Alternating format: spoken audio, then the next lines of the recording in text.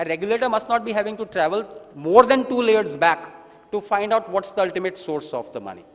That was the basic intent, but the section has a very limited applicability. The section is applicable only when there are 2 investment companies, more than 2 investment companies used for making investments. Investment company means a company whose principal business is investing in securities. That's section 186 by 1.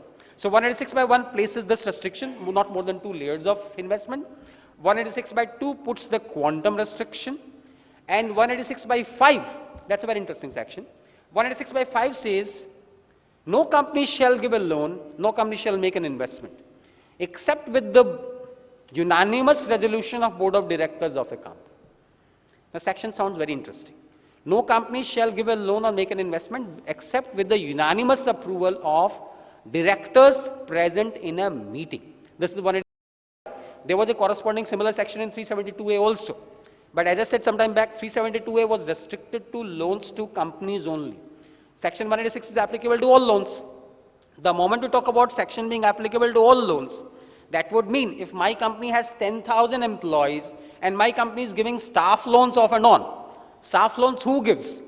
Staff loans could be given at a branch level. I might have 1,000 branches in the country, and staff loans might be given at branch levels. So why would it at all come to board of directors and expect unanimous approval of board of directors at a board meeting if all I'm giving is basically a loan to a staff? But nevertheless, section 186 by 5 talks about all loans and all investments having the benefit of a board resolution with unanimous sanction of all directors. This section 186 by 5 conflicts with another section which is 179(3) D, E and F. 179 by 3 D, E and F. 179 by 3 D, E and F are 3 clauses which are powers exercisable by board, but they are capable of being delegated. They can be delegated. Delegated to whom? Delegated either to a committee of directors or to a principal officer. What are those powers? Those powers are respectively making of loans, borrowing of money, or making of investments.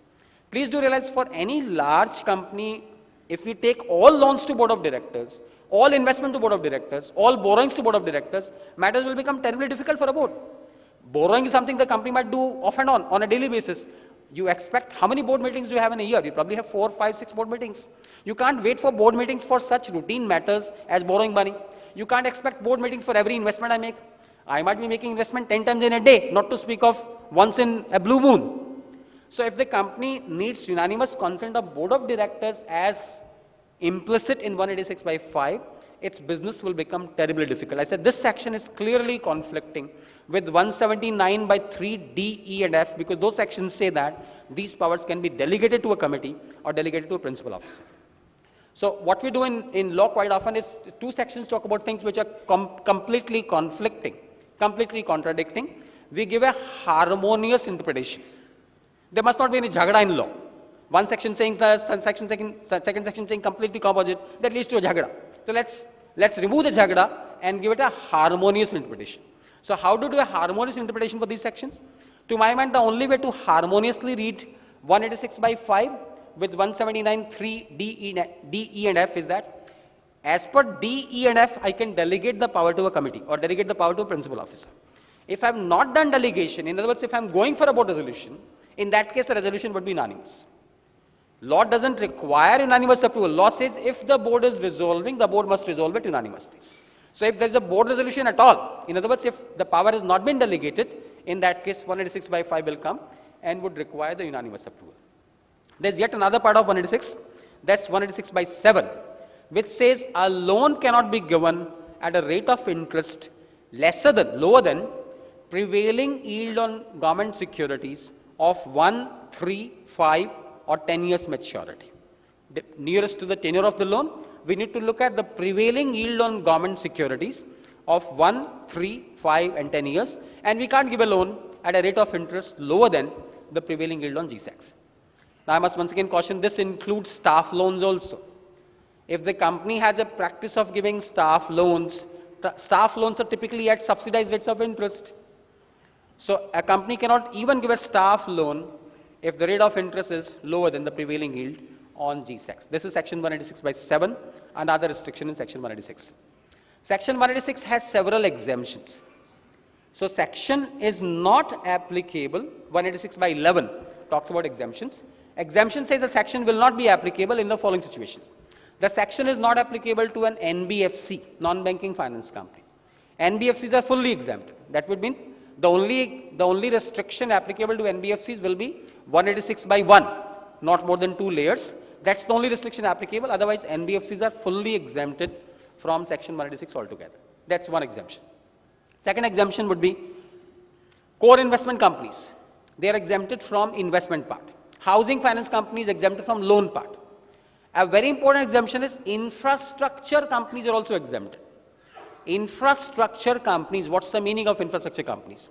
The word infrastructure companies defined with reference to Schedule 6, which lists out what all activities will count as infrastructure activities. Now, luckily, this list is not as narrow as the RBI definition. RBI has a very narrow, there are 19 sectors, infra, road, rail, port, telecom, etc., which are counted as infrastructure as per RBI definition. However, Schedule 6 is much broader than RBI's definition, and for a lot of people in Calcutta, the good thing is that real estate development companies, that business is luckily still doing well in Calcutta.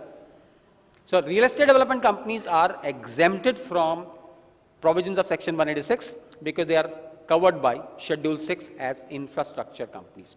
So whichever company is covered by infrastructure definition, they will be exempted from the loan restriction of 186. So 186 by 11 grants exemptions to these entities.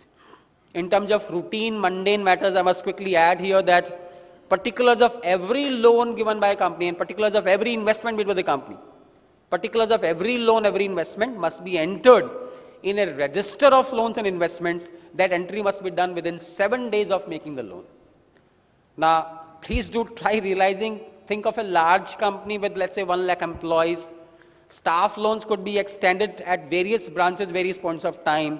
Within 7 days, the particulars of every loan. Remember, earlier section 372 was simple. It talked about intercorporate loans only, which is very few. But the moment we extend it to any loan by a company, includes even a staff loan. So particulars of every loan must be entered, and must be entered within 7 days of extending. So within 7 days, collect information on all loans from wherever across the country and put them in the register of loans and investments. This must be done within 7 days. I must also quickly add here that for companies with 1,000 shareholders or more, it's now a mandatory requirement that all statutory records must be maintained in electronic form. So you must convert all existing statutory records into electronic form. In other words, must convert lots of records into scanned documents to comply with the requirement of electronic records.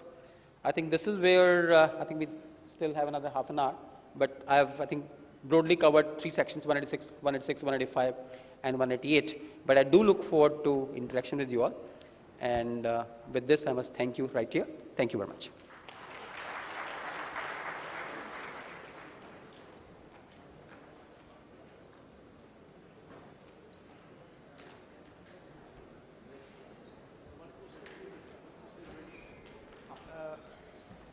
Ladies and gentlemen, we are extending sessions of Mr. Kothari. In fact, I missed to tell him till 5:30. So 5 to 5:30 will be questions. Half an hour you can further deliberate if you wish to answer the subject here, please.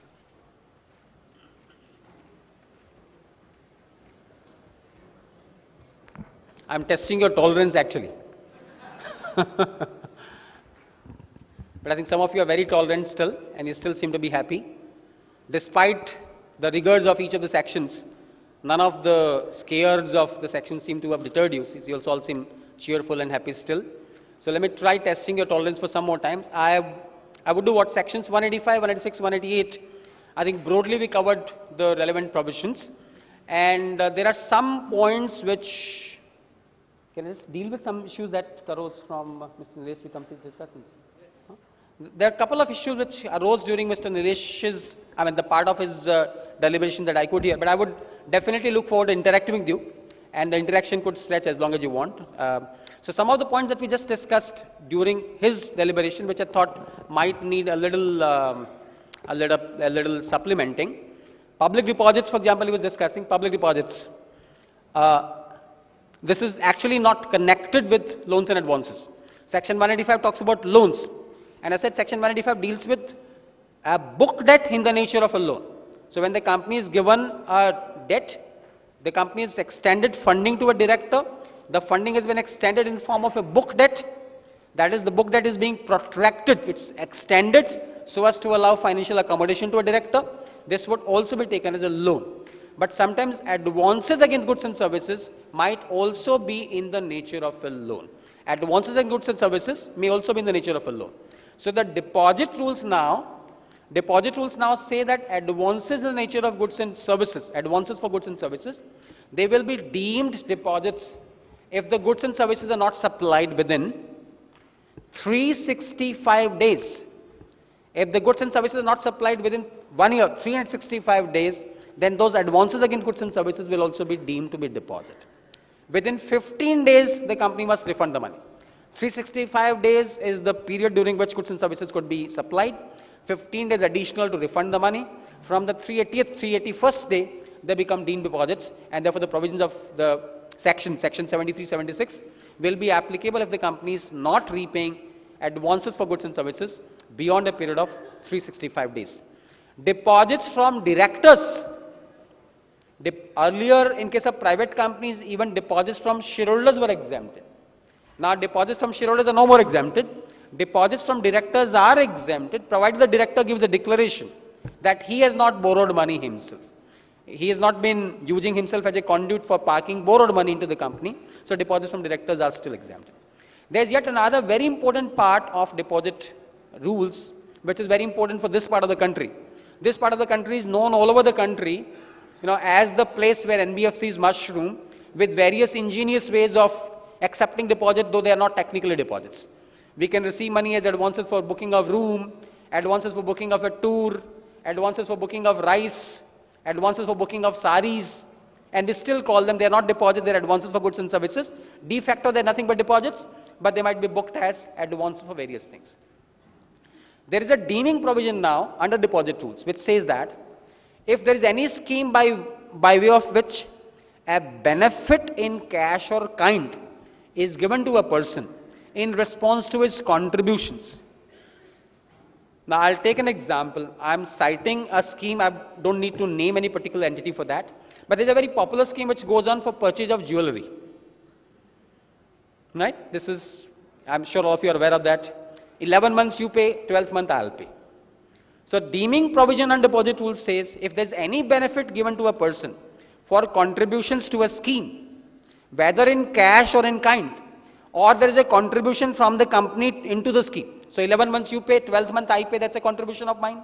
Or I'm giving a benefit to the contributor. So you paid 1,000, I'll pay you another 100. So I'm contributing by way of a benefit in cash or in kind in pursuance of any scheme, then this will be deemed to be a deposit. The moment we say this will be deemed to be a deposit, all these installment payment schemes wherein, advances for goods and services one part. In case of advances for goods and services, if the person has paid 10,000, how much goods can he get? Can he get goods of 11,000? If what he paid was rupees 10,000, he's getting goods of 11,000, that would mean there's an additional benefit of 1,000 being given by the company. If any additional benefit is being given, then this advances for goods and services for a period of 365 days, that's one part. Second part is, if any additional benefit is being given by the company, this will be deemed as, it's a very important change I must say.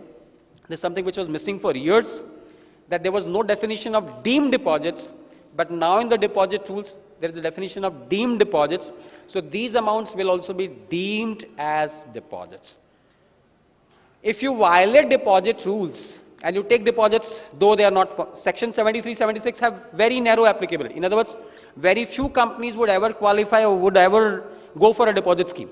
Deposit schemes require several approvals. Rate of interest can't be more than 12.5%. You must have the deposits rated. You must have the deposit. There is a depositor insurance requirement. Deposits may or may not be secured. You must file a statement in lieu of advertisement in the registrar of companies. So the process for seeking deposits is so cumbersome that none of the companies would ever actually go and take deposits. So deposit taking is a rare thing. Good old days, we find a lot of companies used to take deposits. In Calcutta, it's my recollection, lots of companies used to take fixed deposits in the past, but of late you would have seen none of the companies are taking deposits anymore. So deposit taking is out of fashion. It's not out of fashion for scamsters, but it's out of fashion for any good meaning companies anyway. So if the company violates deposit rules and take deposits against the law, then what's the consequence? This is one section which is very scary in terms of penal consequence. 10 crores has fine, 7 years in jail. And the word between the two is 10 crores is fine, 7 years in jail. The word in between is and. The moment the law says and, it becomes a non-compoundable offense. Non-compoundable offense would mean what? The only way to prove your innocence is before the court. So face the court, face the same court where lots of criminals also are queuing up. You probably have lots of good companions there maybe. But, well, so this is a non-compoundable section with no compounding. So I hope professionals must understand the rigor of section 73, 74, extended by section 74, 75, 73, 74, 75, 76. Understand the sections very clearly, very carefully. Any device by way of deemed deposits also would land the deposit taker into a substantial situation. And this is one area where none of the courts, none of the regulators are at all any lenient. There's no clemency, there's no leniency when it comes to deposit taking. The sections will be enforced extremely rigorously. And these sections, from 1st April, therefore, any kind of benefit being given to a person who makes contribution into a scheme. I took an example of jewelry scheme, that's the easiest that I could think of. But I'm sure there are lots of other schemes you could think of where the company gives a benefit in response to contributions made by a person. It would be a deemed deposit. From 1st April, these schemes are covered by deposit restrictions. That's an additional provision I could think of. Subhash, what I would do is, let's feel free, let's probably do what, let's have as long a session of question answer as you think fit. If you're able to drag it to 5:30, I really have no issues, but if you think you are tired, you had a long day, so if you want any questions at all, please feel free to raise. I have one question already.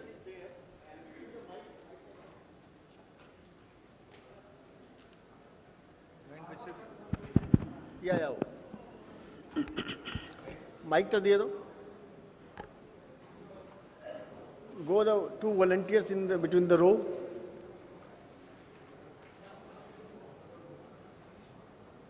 There are some factual details here which I think are not relevant. So omitting out the facts, I'll talk about a generalized query. So we're talking about a JV company. Right? A JV company where there are two JV partners. The paid up capital is exceeding 10 crores anyway. The company is entering into a contract with, because after all, the JV company will supply to JV partner. So let's say if I have a JV between, let's say it's a coal sector JV or power sector JV, ultimately the company would supply to one of the JV partners. The company will, let's say, produce power, sell to JV partner. The company will produce coal, sell to JV partner. So transactions would invariably be with the JV partner. Okay, so I'm getting some questions in writing. You don't have to, as such, think of questions in writing. If you want to interact, we have talked about 3 sections. I took an extended advantage of the 4th section also. I'll be glad enough if you have any questions other than these sections as well, in case you want to have any questions. I can't promise I'll be able to answer every question on every section, but I would try at most to the extent I can. So this question basically is the company is dealing with a JV partner. Now, first question is this JV partner a related party? Can we say this JV partner is a related party? So if I just recall the definition of related party once again, a holding company is it a related party? Is this company a holding company? No. It's not a holding because it's holding 50-50. If it's a JV, it must be 50-50. So none of the companies is is a holding company. Is it a subsidiary company? Answer is no. Is it a company holding significant influence? Is it a company under my significant influence? The meaning of the word associate is 20% or more capital. But associates, we need to look downstream only. We don't have to look upstream. That is, if I have invested more than 20% in particular company, that company becomes my associate. Somebody else has invested 20% or more in my company, he is not my associate. Hope you're getting it? If an investor has invested more than 20% in my company, that investor is not my associate. I am his associate. So, section says my associates will be my related parties. I am an associate of that entity. I said earlier, I must repeat that if A is a related party of B, that does not mean B is a related party of A. Transposition rule is not applicable here. So this company, from apparently on facts, now you are probably saying that this company is a private company. If this company is a private company, if any of my directors are directors there, or any of my directors hold even a single share there, then the company is covered by section 2/76. So if the company is covered, so we say section 188 is applicable. If section 188 is applicable, what is the exemption? The carve out only is that if the transaction is a arm's length transaction. Transaction must be arm's length. Arm's length would mean arm's length in every way. In terms of pricing, it must be arm's length priced. All other terms of contract, including screening, credit, establishing limit, trade limit, etc., everything, if it's an arm's length contract, in that case, nothing in section 188 would be applicable. The only approval required would be section 177/4, which is audit committee approval. If this company is a listed company, it's not. So if it's not, then not a problem. But if the company is listed company, then SEBI's rules would come in. Under SEBI, there is no arm's length pricing exemption at all. There is no arm's length pricing exemption in case of SEBI. So under SEBI's rules, there is no exemption for arm's length pricing at all, which means if it's a material RPT contract, it would still have to go to a special resolution of shareholders. I got another question, or rather questions. While qualifications and eligibility of independent directors are mentioned, whether such qualification eligibilities are applicable to a CFO and MD, there is no qualification for a CFO. So anybody can be a CFO. I'm not sure what was our institute doing, but there's no qualification for CFO, so anyone can be a CFO. He may not be anything. He may be a complete angutha chap, he can still be a CFO. As there is no qualification at all. Is that your question, sir? So there's no qualification at all for a CFO. There's a qualification for a CS. There's no qualification for being a director. There's no qualification for a CFO. So anyone can be a CFO. All he needs to do is to understand sections 188 and 129. Sections 128, 129 land the CFO into jail. In case of accounting violations, he is the one who goes to jail. So if he says he understands for CFO, there's no qualification for an MD as well. So for companies covered by section 203/1, that is companies with 10 crores paid up capital, public companies with 10 crores capital, they would mandatorily require a CFO, but there's no qualification at all for a CFO. The person must be appointed as a CFO. He must be designated and appointed as a CFO. My answer would be no. Can the same person hold two positions? My answer, if the company is covered by section 203/1, that would mean public companies with 10 crores capital and more. There are three classes of KMPs required. One person cannot hold dual positions. The company needs a full-time CFO. The company needs a full-time CS. I would just continue on that. This section, this is one section which has aroused maximum queries. I have never been short of queries on section 203. I think I would have probably by now answered some 500 queries in the section, but I still continue to get interesting queries on this. So question is, does the company reappoint? If the company already has a CFO, will the company reappoint a CFO? The section says 203/2 says that board of directors will appoint the CFO and would fix up the remuneration of the CFO. Typically, CFO's appointment is not sanctioned by board. It's just been there in the company. So there's no board approval there. But the company that requires a board approval, and the company that also requires filing of a form. There's a filing of a form also within 30 days of appointment of a CFO. So my recommendation is, in the first board meeting of this financial year, get a reconfirmation of appointment of a CFO along with his remuneration, which I think for companies covered by 203/1, 10 crores paid up capital, the company is a public company, then a CFO's appointment is mandatory and it must be done by the board. Next question is, who is responsible to prepare the financial statements, get the same audited and place the same to the board, whether the CFO or the company secretary? I think accounting sections primarily come under CFO's responsibility. Signature to board report is to be done by CS. The signatory to board's report under section 134 is to be signed by CS. Annual return is signed by CS. But financial statement, I would say sections pertaining to accounts, section 128, 129, these two sections are most important sections. There the CFO is the one responsible. There's nothing specific as to who will prepare, but obviously CFO is clearly named in sections 128 as well as section 129. In case of board of a listed company having 5 directors and 1 MD, 3 independent directors and executive directors who shall be relative Who retiring? Independent directors don't retire at all. Independent directors become non-rotational directors. Independent directors are not liable to retire at all. Section 152 clearly excludes independent directors from list of rotational directors. So remaining board. So excluding the independent directors, you talked about 5 directors, 1 MD and 3 IDs. That would mean total 8 directors or 9 directors. So 3 IDs are out. Now we're left with 6. Of the 6, 2/3 have to be rotational. So leaving aside the independent directors, 2/3 of the remaining directors,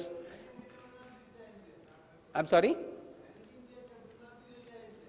So we have to ensure that 2/3 of the remaining directors, if you talk about 6 directors are remaining, 2/3 of that would mean, so the remaining directors, I think your query says 6 directors in all, excluding 3 is ID, 3 is independent, we leave out the IDs, we are left with 6. Of the 6, 2/3, that would mean 4 directors have to be rotational. So in other words, 2 directors can be still non-rotational. Typically, one would expect executive directors, including managing director, to be non-rotational. That's not a rule, however. It's not a rule that executive directors cannot be rotational. Even executive directors or managing director could also be rotational. But normally they are not. So 2/3 of the remaining strength, excluding independent directors, are to be rotational directors. The existing auditors are liable. I think auditor's appointment, I'm sure there's a discussion separately tomorrow. You could probably discuss it there. 20 years who shall be appointed. So if the existing auditor has been holding office for last 20 years, and the company is covered by solicited companies, so the company is anyway covered by the section for mandatory retirement of auditors, you have a maximum time frame of 3 years. Maximum 3 years transition time. Transition time is entirely at the option of the, you're not bound to use the transition time. The company is given a transition time of up to 3 years to move over to a mandatory rotation, but I wouldn't anyway deal with auditor's appointment. You probably can hold this question for tomorrow. Can the chairman of the board be the managing director? If the Section 203 says the same person cannot be designated as the chairman as well as the managing director unless the articles provide otherwise. So I would say the answer would be yes if the articles say so. If the articles are silent, in that case the chairman cannot be the managing director as well. Sir, thank you. Sir, please. We have to go very fast. More than 50 questions are there. I thought maybe Santosh ji is there. Santosh ji, please. Sir, sir, let's hear the gentleman who's... one practical question. Yes, sir. Vinod ji, there are so many questions. You can come down here. You can come here and sit. Mr. One practical question, please. Yes, sir, please. Go ahead. One private company B having 4 directors, 3 directors common in A company. B company is a company dealing with house property rented. A company gives 15 lakh rupees deposit to get house on rent 1 year back from today. Is that a deposit today under the new act? That 15 lakh rupees given security deposit against the house rent taken from B, 3 directors, common directors. Got it. That is a deposit or, as you said, the long term. I got the question. You might sit down. You might be comfortable. Sit down. The question is from 2 points of view. From the point of view of the company giving the deposit, does Section 185 apply here? Answer would be no, because this is not a book debt in the nature of it's not in the nature of a loan at all. It's a fairly common practice for somebody taking a property on rental basis to place it